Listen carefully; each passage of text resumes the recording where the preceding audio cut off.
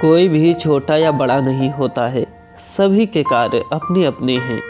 किसी भी कार्य को करने में हिचकिचाना नहीं बल्कि गर्व का अनुभव करना चाहिए।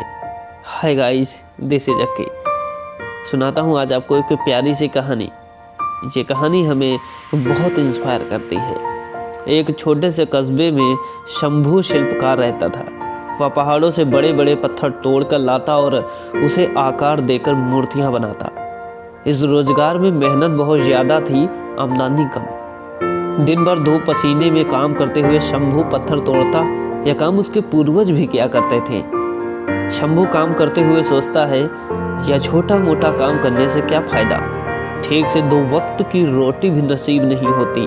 मैं बड़ा आदमी बन जाऊं तो काम भी ज़्यादा नहीं करना होगा और बैठकर आराम से मौज करूंगा। एक रोज़ वह ऐसे नेता को देखता है जिसके आगे पीछे हमेशा भीड़ रहती है।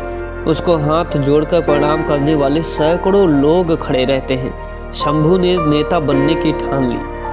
कुछ दिनों के बाद वह नेता बन गया। नेता बनने के बाद जब वह एक रैली कर रहा था, धूप काफ़ी तीव्र थी। धूप की गर्मी वह सहन नहीं कर पाया और बेहोश होकर वहीं गिर गया। होश आने पर उसने पाया कि वह एक बिस्तर पर लेटा हुआ है। बिस्तर पर लेटे लेटे वह सोचने लगा कि नेता से बलवान वह सूर्य है जिसकी गर्मी कोई सहन नहीं कर पाता। मुझे अब सूर्य बनना है। कुछ दिनों के बाद वह सूर्य बन गया। शंभू अब गर्व से चमकता रहता और भीषण गर्मी उत्पन्न करता। तभी उसने देखा एक मजदूर खेत में आराम से काम कर रहा है।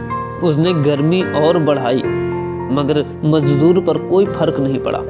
विचार किया तो उसे मालूम हुआ ठंडी ठंडी हवा पृथ्वी पर बह रही है। तब शंभू ने विचार किया, हवा बनकर मैं और शक्तिशाली बन जाऊंगा। कुछ दिनों बाद वह हवा बन गया।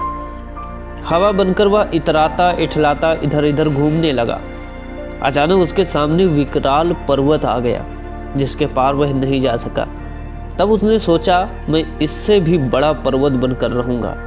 कुछ समय बाद वह विशाल काय पर्वत बन गया।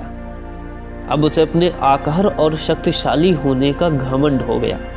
कुछ दिनों के बाद उसे छेनी हथौड़ी की आवाज़ परेशान करने लगी। वह काफ़ी परेशान हो गया। उसकी आवाज़ इतने कर्कश थी जो उसके शरीर को तोड़े जा रही थी। आंख खुली तो उसने देखा एक शिल्पकार उसके पर्वत को तोड़ रहा है। लेकिन अब वह मजदूर नहीं बनना चाहता था।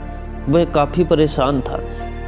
नींद खुली तो उसने आईने में पाया, वह जो विशाल पर्वत को भी तोड़ने का साहस रखता है वह स्वयं वही है। इसीलिए कोई भी छोटा या बड़ा नहीं होता है, सभी के कार्य अपने अपने हैं। किसी भी कार्य को करने में हिचकिचाना नहीं बल्कि गर्व करना चाहिए।